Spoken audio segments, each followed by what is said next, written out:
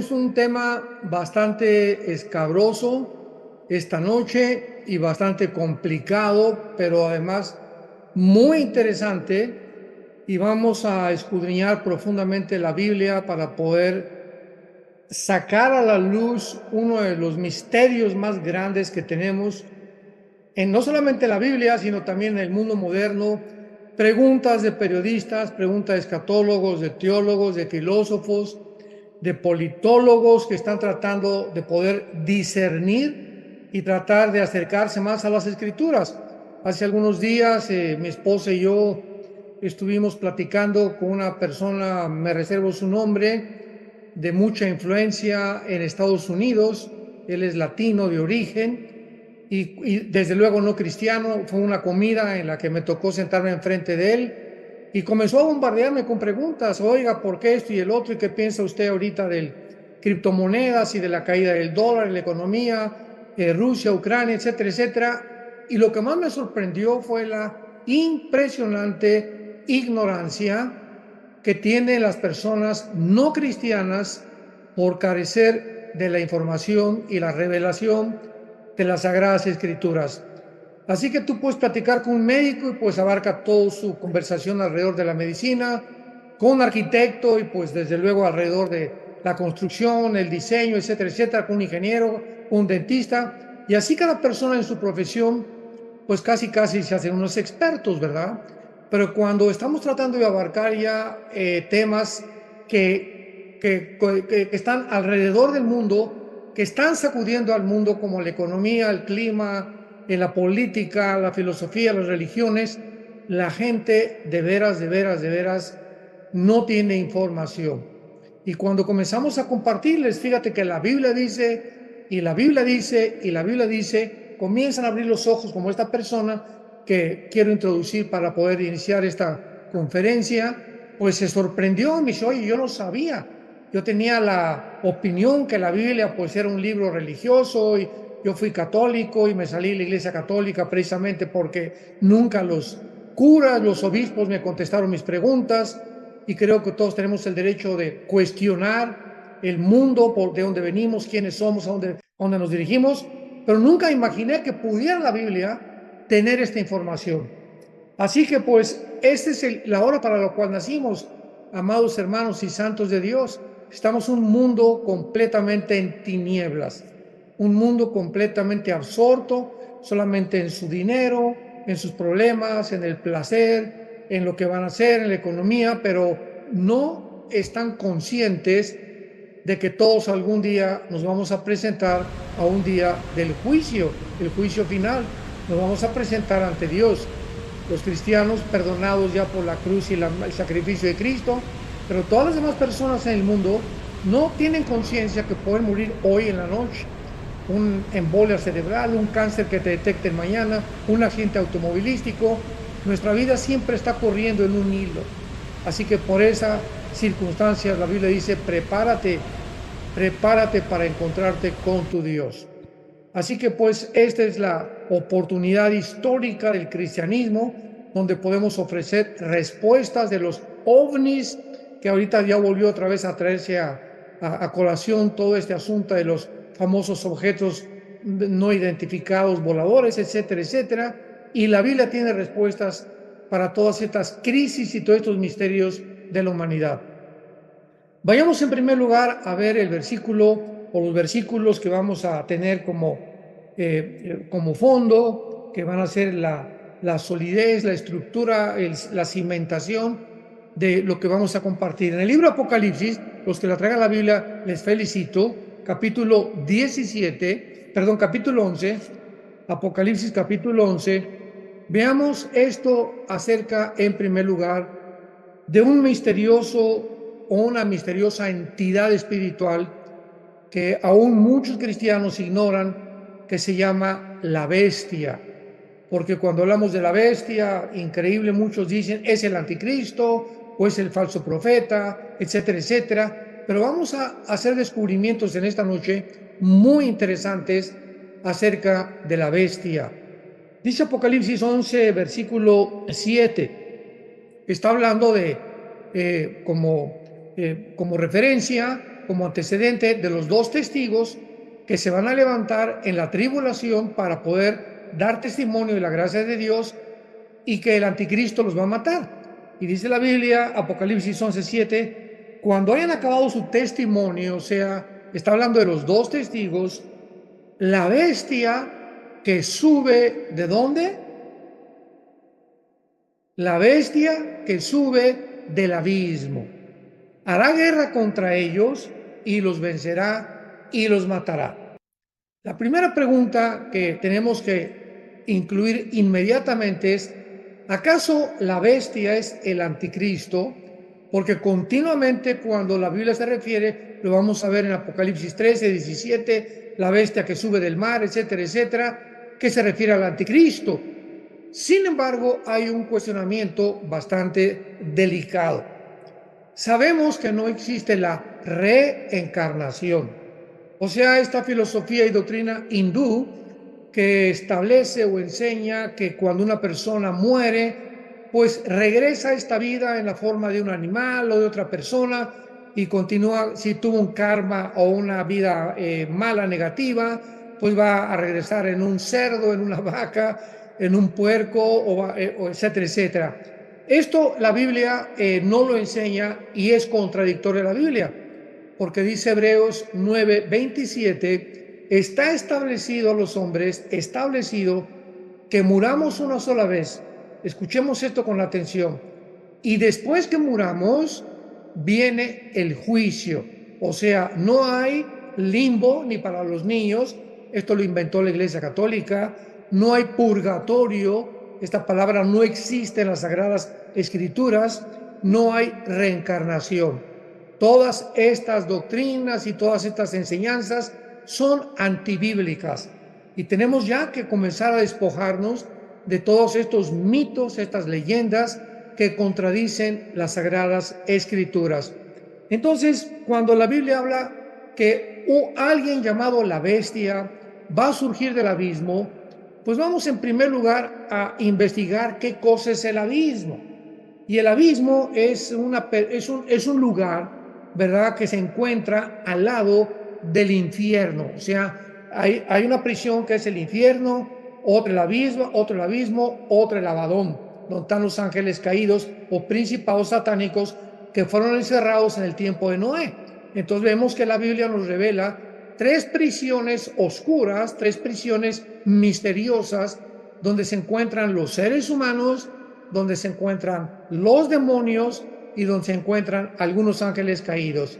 Veamos, por ejemplo, en Isaías, vamos a ver algunos pasajes para poder respaldar todo lo que estamos diciendo. En Isaías 14, versículo 14 y 15, dice la Biblia hablando sobre la caída de Lucifer. Sobre las alturas de las nubes, Isaías 14, 14 y 15. Sobre las alturas de las nubes es Lucifer hablando, subiré y seré semejante al Altísimo. Mas tú derribado eres hasta el Sheol, a los lados del abismo. Entonces vemos nosotros que el Sheol es un lugar y el abismo es otro lugar. Y el Sheol en el Antiguo Testamento era el lugar donde todos los espíritus humanos, tengamos cuidado con esto, no los demonios ni los ángeles caídos, todos los espíritus humanos eran encerrados o descendían, que está en el centro de la tierra, y hasta que llegó Jesucristo en el Nuevo Testamento, porque en el Antiguo Testamento no existe ninguna revelación acerca del lugar donde iban todos más que el Sheol. Era un lugar misterioso. Esta palabra en el hebreo significa el lugar de los muertos o el lugar de la sepultura. Hasta ahí quedó la cosa.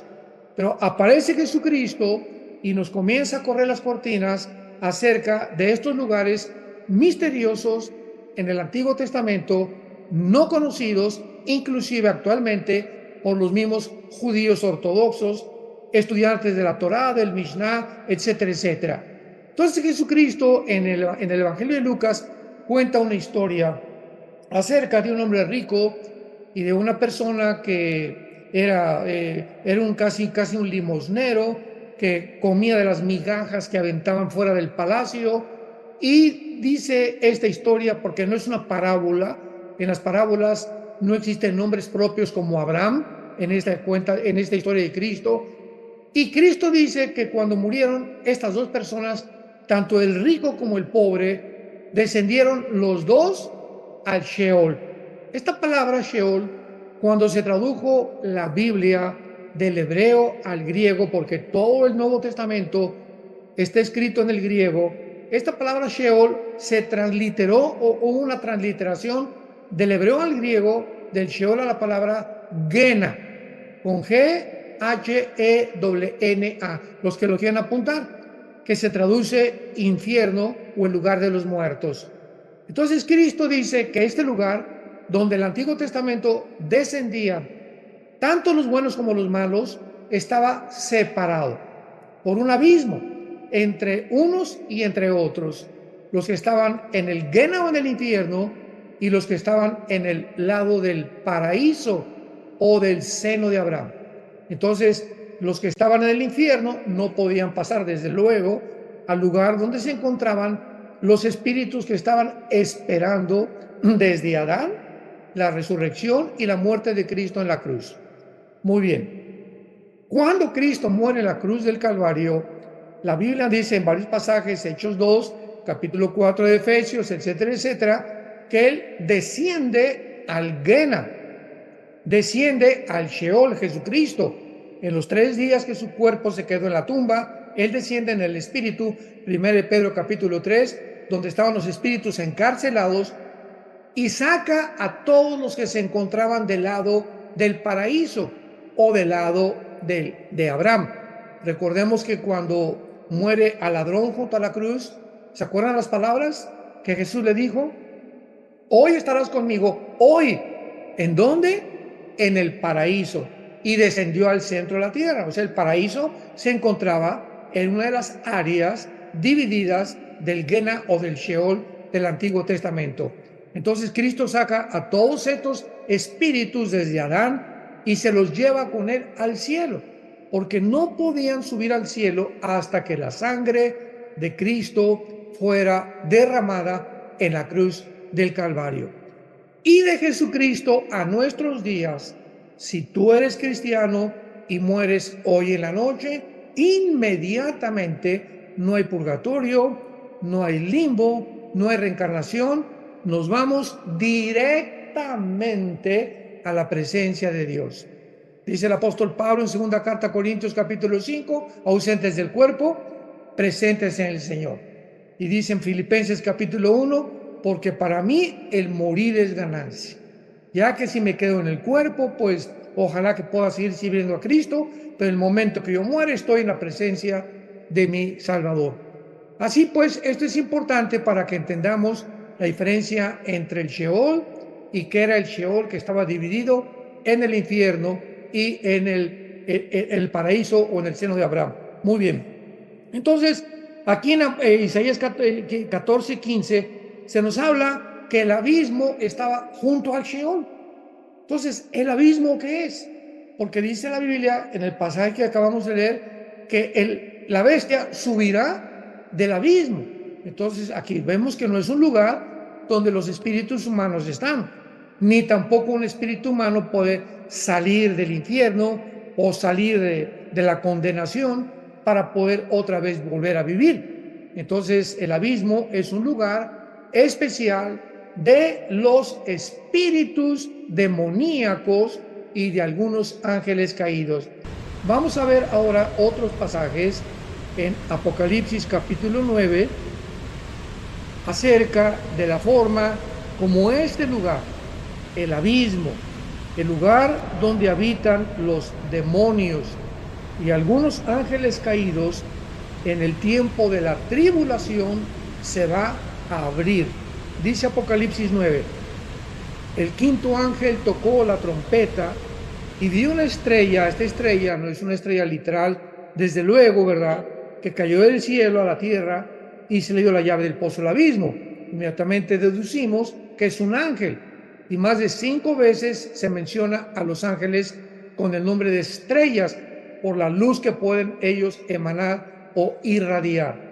Y aquí desde luego que esto es un ángel de Dios, porque Dios le entrega la llave de este lugar, de esta prisión que se llama el abismo, en la quinta trompeta a un ángel que sirve a Dios para que abra esta prisión y salgan. Abrió el pozo del abismo y subió humo del pozo como humo de un gran horno. Se oscureció el sol y el aire por el humo del pozo, y del humo salieron langostas sobre la tierra. Se les dio poder como tienen poder los escorpiones de la tierra, y se les mandó que no dañaran a la hierba de la tierra, ni a cosa verde alguna, ni a ningún árbol, que no tuvieran el sello de Dios en sus frentes. Entonces no son langostas comunes y corrientes, son entidades, son espíritus, son demoníacos, porque ya vimos que claramente que el abismo era el lugar, o es el lugar donde van los espíritus, los demonios. Recordamos el pasaje también de cuando Cristo se encuentra con el demoniado gadareno, ¿recuerdan ustedes? Y que se enfrenta al demoniado gadareno, y entonces le saca 5,000 demonios, y entonces los demonios al salir del gadareno, ¿recuerdan ustedes este pasaje también histórico, real y verdadero? Que al salir le rogan a Cristo y le dicen: por favor, no nos envíes al abismo.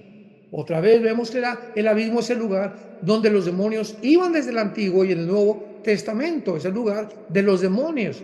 Y aquí vemos claramente que este lugar se abre y, como dice, con forma como de langostas, suben los demonios para una inundación, un tsunami de espíritus inmundos que cubrirán la tierra. Ya no estarán encerrados. Imaginemos nada más, porque la especialidad más grande, tenemos que aquí recordar, de Satanás y los demonios, su especialidad más grande es atormentar a los seres humanos.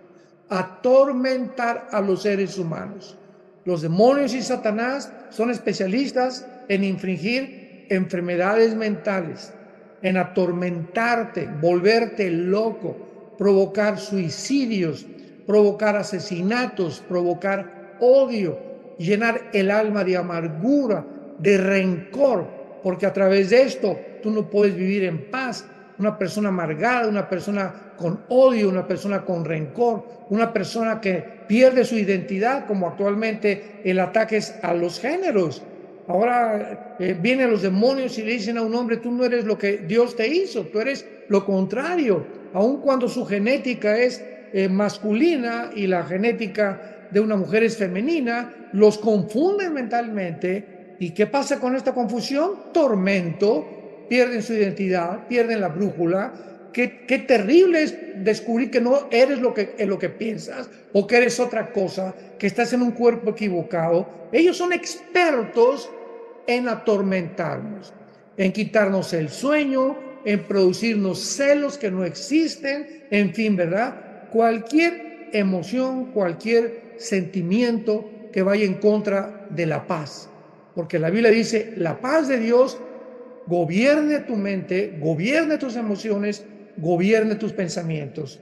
Y mientras nosotros como cristianos inmediatamente tratemos de detectar que cuando no haya paz es porque hay algo atormentándonos, y tenemos que recurrir inmediatamente a la oración para poder reprender estos espíritus que están continuamente alrededor de nosotros, repito, tratando de atormentarnos. Entonces vemos aquí en Apocalipsis 9 que el abismo es la prisión de los demonios. Pero vean algo interesante en el versículo 11 del capítulo 9 del Apocalipsis. Versículo 11, y dice así: y tienen por rey, o sea, todos estos demonios en el abismo tienen un jefe. El mundo de las tinieblas está perfectamente organizado. Y tienen por rey sobre ellos al ángel. Ya no es un demonio, aquí ya es un ángel, un principado satánico. Y hay que hacer una gran diferencia entre los principados y los demonios, porque los ángeles caídos no son los demonios. Los demonios son los soldados rasos, los que hacen la guerra sucia, el trabajo sucio de Satanás. Y esto lo explica Efesios 6, versículo 12. No tenemos lucha contra sangre y carne, ¿se acuerdan? sino contra principados, gobernadores, huestes espirituales. Esos son los demonios. Los principados son los ángeles caídos que se encargan de gobernar las naciones.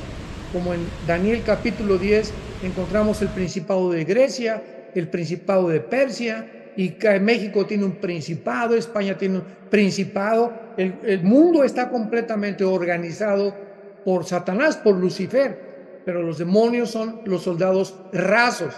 Además, los demonios no tienen cuerpo, los ángeles caídos mantienen sus cuerpos, pero los demonios sufren de alguna forma, perdieron su cuerpo en algún incidente del pasado, y la única forma en descansar es entrando a los seres humanos o a los animales.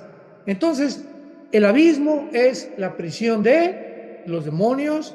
Tienen un jefe que es un principado satánico, y el nombre de este principado se llama Abadón en hebreo, y en griego Apolión, que se traduce el destructor. Así que el nombre del jefe de los demonios es destructor. En Juan 10 Jesús dijo: el diablo vino a matar, a robar y a destruir. O sea, la misión de los demonios contra tu vida es tratar de robarte la palabra de Dios, tratar de provocarte emociones y sentimientos negativos que comiencen a hacerte pensar que no eres lo que tú eres, y comenzar a tratar poco a poquito destruirte a través de infundir, a través del cigarro, a través de beber Coca-Cola. Así es el veneno más grande que comienza a minar el azúcar, tus riñones, tu estómago, tu páncreas. Todo te envenena la sangre, la Coca-Cola, las bebidas Monster, el Red Bull, todo lo que está en el mercado. Ellos son impresionantemente sabios y es el maestro en el arte del engaño, Satanás. Imaginémonos miles de años atrás conociendo a los seres humanos. Así que todo esto es muy importante para que entendamos la personalidad del anticristo. Y veamos ahora en Apocalipsis 17 otro pasaje que es ya casi el más importante de nuestro estudio acerca de la bestia, que nos confirma, ¿verdad?, que la bestia no es el anticristo. Me adelanto, la bestia es y será un principado satánico que existió en el pasado y que regresará, como lo vamos a ver actualmente, para entrar dentro de una persona humana. El anticristo será un ser humano, no una computadora, no un imperio, porque vamos a ver en Apocalipsis 20 que va a ser echado al lago de fuego, y a una computadora no le echa al lago de fuego, ni a un imperio tampoco. Entonces, el lago de fuego, ¿verdad?, donde estaba Satanás, el falso profeta, y el anticristo, será el lugar también donde será echado la bestia. Entonces, la bestia que viene del abismo, en el abismo no hay seres humanos, hay demonios y principados satánicos. Lo vamos a ver a continuación, corroborado en el capítulo 17. Dice así: cuando Juan se queda expectante ante la revelación de la Babilonia religiosa, y que una mujer que montada sobre una bestia con 7 cuernos, 10 cabezas, se queda así Juan, ¿verdad? Y aquí tenemos que recordar el principio de segunda de Pedro: la Biblia no es de interpretación privada. Siempre que me encuentro personas que no son cristianas, me dicen: bueno, esa es tu interpretación. ¿Cuál interpretación tenemos que hacer caso? Y yo siempre les contesto: la Biblia no es de interpretación privada. La Biblia se interpreta a sí misma. O sea, dentro de la misma Biblia, Dios esconde los códigos, las frases, las cosas que nos confunden y que no hemos entendido. ¿Por qué necesitamos estudiar más la Biblia? Por ejemplo, Daniel no se entiende sin Apocalipsis, sin Zacarías, sin Ezequiel, y tenemos que estudiar varios libros para poder conjugarlos todos, convergiéndolos en una sola línea y poder ya armar el rompecabezas. Por eso requiere la Biblia de estudio profundo. Así que aquí entonces el ángel le explica a Juan todo lo que Juan no puede entender. Y dice el versículo 7, Apocalipsis 17, versículo 7. Y el ángel me dijo: ¿por qué te asombras? Yo te diré el misterio de la mujer. O sea, un misterio es algo no revelado en el Antiguo Testamento. Esto no estaba en el Antiguo Testamento, lo de la ramera, es lo que vamos a ver. Te voy a decir el misterio. O sea, nada más Dios revela los misterios. No hay nadie más que el Espíritu Santo, 1 Corintios capítulo 2, que nos revela a los cristianos que tenemos al Espíritu Santo las cosas profundas de Dios. Yo te voy a decir el misterio. El misterio de la mujer y de la bestia que la trae, la cual tiene las 7 cabezas y los 10 cuernos. Pongamos atención. Aquí está la clave. La bestia que has visto, o sea, la que sube del abismo, en Apocalipsis 11 que ya vimos, era y no es y está para subir del abismo e ir a la perdición. Y los moradores de la tierra, aquellos cuyos nombres no están escritos desde la fundación del mundo en el libro de la vida, se asombrarán viendo a la bestia que era y no es y será. El Apocalipsis fue escrito hace 2000 años, en el tiempo de Juan el Apóstol. Y hace 2000 años, el ángel le está diciendo hace 2000 años al apóstol Juan que la bestia no existía en el tiempo del Imperio Romano. Porque dice la bestia que era y no es. No es, o sea, durante el tiempo de Juan, la bestia estaba encerrada todavía. Pero que iba a ser, que en el futuro iba a ser soltada. Y luego dice en el versículo 11 del mismo capítulo 17, otra vez la bestia que era y no es también el octavo. Y es de entre los 7 y va a la perdición. Cuando el ángel le dice al apóstol Juan que la bestia es el octavo imperio o el octavo gobierno, le está diciendo lo siguiente, porque esto, bueno, ya estamos rápidamente, es otro estudio de las 7 cabezas y los 10 cuernos, no los quiero revolver tanto, quiero que duerman y que no se empachen con tanto estudio, ¿verdad? Pero quiero rápidamente decirles lo siguiente, es muy importante. La bestia que está en el Apocalipsis tiene 7 cabezas y representan a los 7 imperios mundiales que a través de toda la historia desde el principio han perseguido de alguna forma y han tratado de destruir a Israel. Y vamos a ver, son Asiria, Egipto, Babilonia, Medo-Persia, Grecia y Roma. Cuando Juan existió, había 6 imperios. Roma era el 6º. Muy bien, veamos otra vez el versículo 11. La bestia que era y no es el octavo y es de entre los 7. Aquí mencionan ya 7. ¿Por qué? Porque antes de que el anticristo surja, surgen de los 10 dedos del estatua Nabucodonosor el 7º gobierno. Mucho cuidado con lo que estoy diciendo, pongan mucha atención, que va a ser formado por 10 naciones que representan los 10 dedos del estatua Nabucodonosor. Entonces, desde el Imperio Romano hasta que surge el anticristo, antes del anticristo habrá un gobierno mundial, donde el anticristo todavía no surge. Se van a unir estas 10 naciones, Daniel 2, Daniel 7, Daniel 8, Daniel 11, Daniel 12, Apocalipsis 17, y cuando se unan estas 10 naciones, 5 de Europa y 5 del Medio Oriente, Daniel capítulo 7, de una de ellas saldrá el cuerno pequeño, que es el anticristo. Así que mientras no oigamos un G10, el BRICS ahorita, ¿verdad? Es una confederación de naciones, China, Brasil, Sudáfrica, etcétera, etcétera, que ya casi representan el 40% de la población mundial, y tenemos otras agrupaciones de diferentes partes del mundo, pero no es hasta que oigamos de 10 naciones que van a surgir y de una de ellas surgirá el anticristo. Entonces, este gobierno será el 7º y el 8º será el anticristo. Entonces, la bestia es el 8º, como lo dice aquí, y de entre los 7 va la perdición. porque surgirá de entre los 10 gobiernos que se formen, y dice Daniel 7, de entre ellos hará el cuerno pequeño o el anticristo. Así pues, ¿quién es la bestia que surge del abismo? Para poder resumir rápidamente, va a ser una entidad espiritual o un principado satánico. No puede ser el anticristo, porque el anticristo no está en el abismo. El anticristo va a ser un ser humano como tú y como yo. Y para ser un ser humano tiene que ser condenado y echado al lago de fuego y, ¿verdad?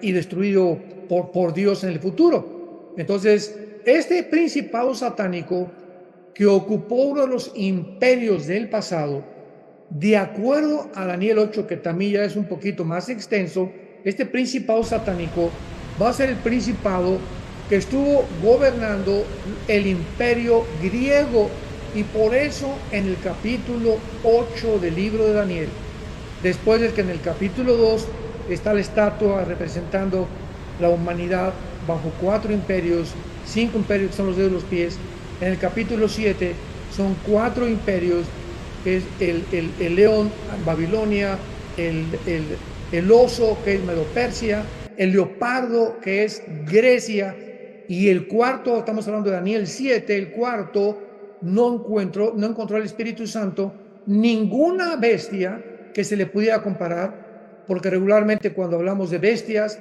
estamos representando algo cruel, sanguinario, depredador, feroz, pero cuando ya se menciona en Daniel 7 el gobierno del 4 del anticristo, ya no hay un nombre que encuentre el Espíritu Santo para poder describirlo. Pero en el capítulo 8 de Daniel ya solamente se reduce todos estos imperios a 2 imperios.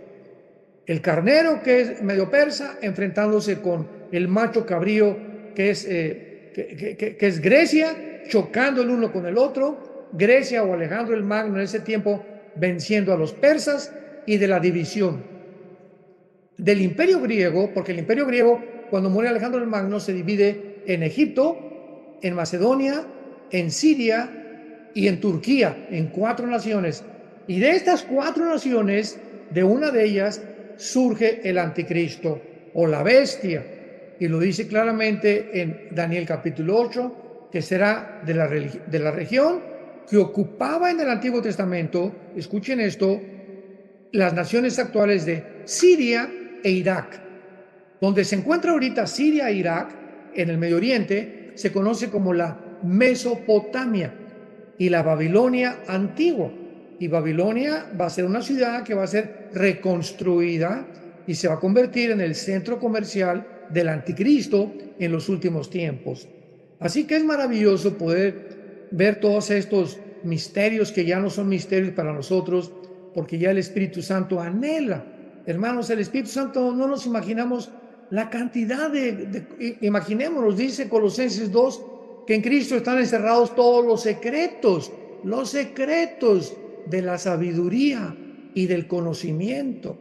Así que si tú anhelas la verdad, si tú anhelas tener sabiduría, si tú anhelas conocer tantas cosas que parece que no se comprenden todavía en la Biblia, estudia la palabra, vive de rodillas, busca al Señor en oración, límpiate, porque dice la Biblia, los puros verán a Dios. ¿Y dónde lo vemos? En la Biblia. Así que yo no puedo llegar a la Biblia con un corazón sucio, amargado, sin identidad, atormentado, sin paz, porque el Espíritu Santo no se puede comunicar conmigo.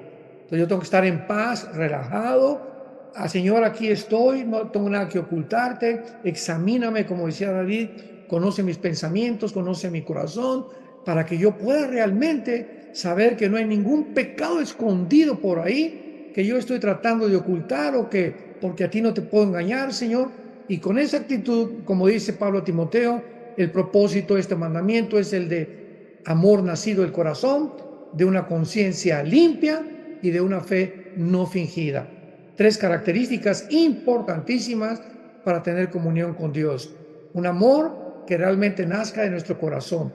Una conciencia limpia, que me acueste yo hoy en la noche y que no tenga nada que me esté atormentando, que le debo a alguien, o que no le pido perdón a mi esposa, o que tengo un pecado escondido, pecados escondidos que estoy por ahí tratando de ocultar y que creo que Dios me ve. Yo no puedo tener una conciencia limpia de esta manera. Y en tercer lugar, una fe no fingida, ¿verdad? Que nuestra fe sea transparente, un amor nacido del corazón, porque esta es la forma en la que vamos a ver realmente a través de la Biblia los misterios que Dios tiene escondidos para todos aquellos que le aman y le buscan con todo su corazón.